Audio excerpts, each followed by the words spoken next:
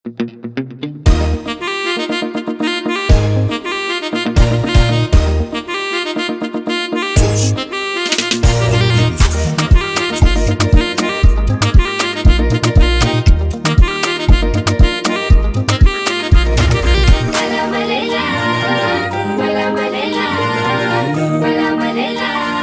nikataka baru tiyafaka mavu mamirata mutula yetele matanjenga lela yuma mivula mavandi fatea azo manotule moye amitani antenga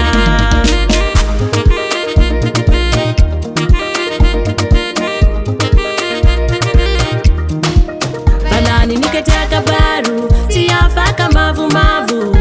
mamirata mutula yetele matanjenga lela yuma mivula mavandi fatea azo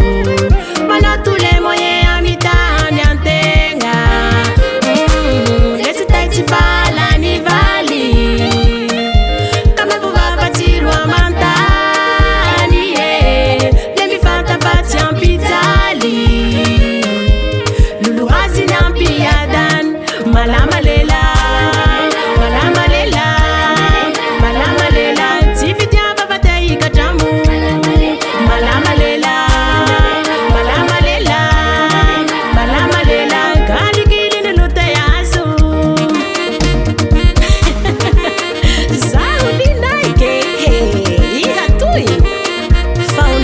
Zota miningi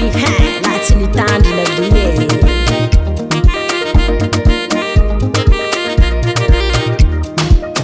la hikote nao le miambani rumisuluhu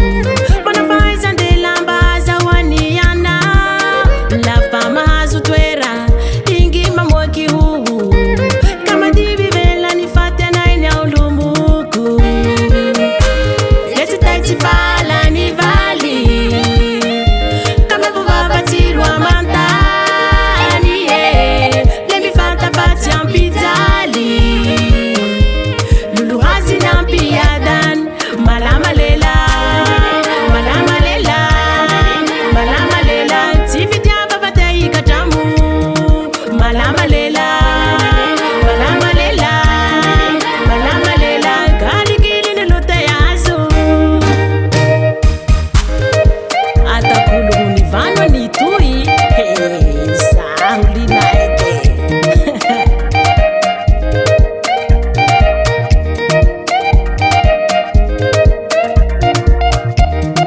Langu zora ngadia